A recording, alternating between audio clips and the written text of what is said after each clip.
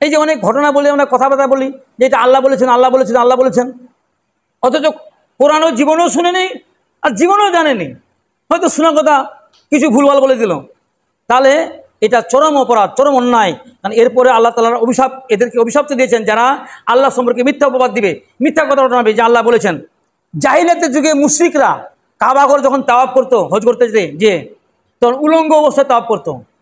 তো ওরা যে হজ করতো উলঙ্গ অবস্থায়, ন্যাংটা অবস্থায়, কেন?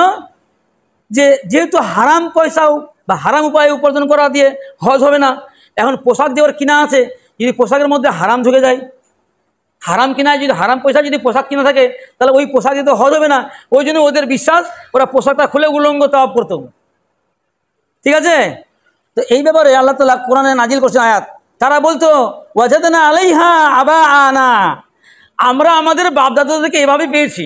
মানে ওরা বাপদাদাদেরকে দেখে আসছে যে তারা উলঙ্গ মানে তাওয়াফ করছে। ওয়াল্লাহু আমারানা বিহা, আর আমাদেরকে আল্লাহ এটা নির্দেশ দিয়েছে।